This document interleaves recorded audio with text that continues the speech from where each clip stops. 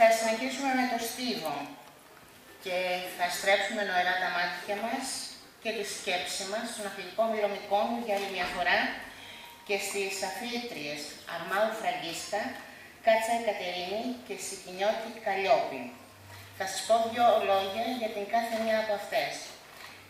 Η Φραγκίσκα Αρμάου γεννήθηκε στη Μύκονο το 1997.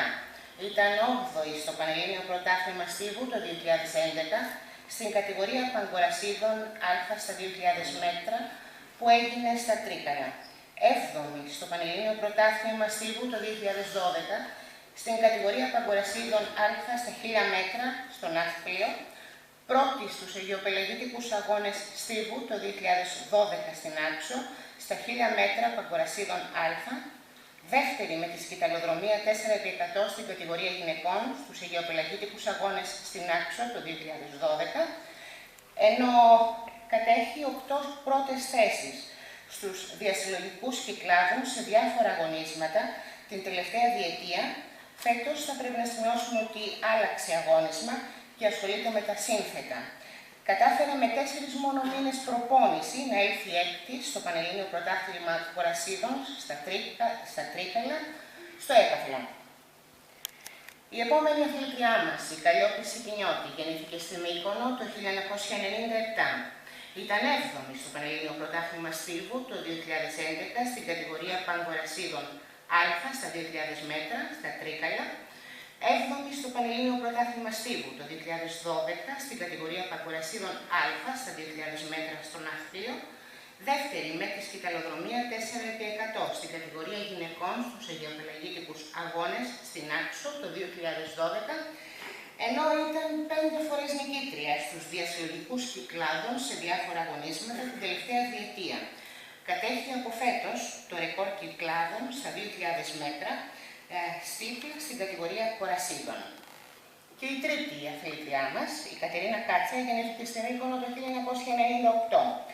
Ήταν 10η στο Πανελλήνιο Πρωτάθλημα Στίβου το 2012 στην κατηγορία Παγκορασίδων Α στα 600 μέτρα στο Ναύπλιο. Πρώτη στους Αιγιοπελαγίτικους Αγώνες Στίβου το 2012 στην Άξο στο αγώνισμα των 300 μέτρων Παγκορασίδων Α.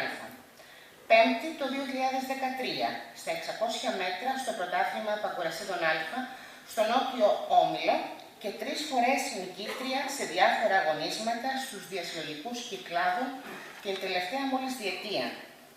Θα καλέσουμε λοιπόν τις αθλήτριες να έρθουν κοντά μας, καθώς επίσης και τον κύριο Σπύρο Παναγιωτίδη, Γενικό Γραμματέα της ΕΑΣ Σέγας Κυκλάδων, για την απονομή.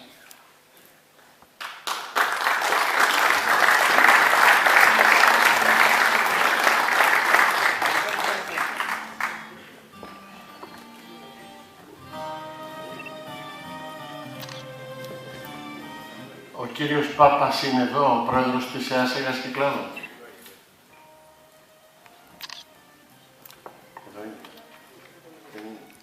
Εν πάση περιπτώσει, ο κύριος Παναγιωτίδης ήταν πριν, δεν είναι τώρα. Θα καλέσουμε τον κύριο Μάκη Δαδάο, τον περιφερειακό μας σύμβουλο για την απονομή. Έχουμε κοντά μας 2 από τις 3 αθλήτριες. Η Σικινιώτη δεν είναι κοντά μας για λόγους υγείας, αν δεν κάνω λάθος.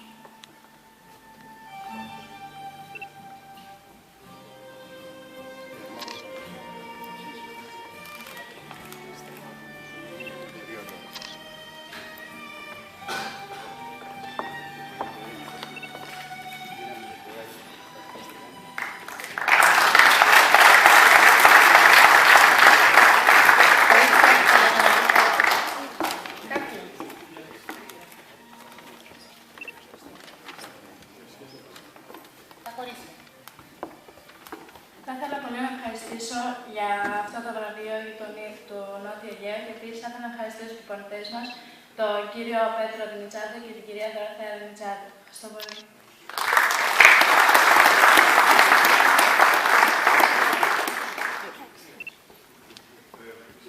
Ένα μεγάλο ευχαριστώ την περιφέρεια του Νότιου Αιγαίου, επίσης τους πρωταθλητές μας και τον κύριο Δημήτρη Πάπα που έχει κάνει τόσες προσπάθειες για μας.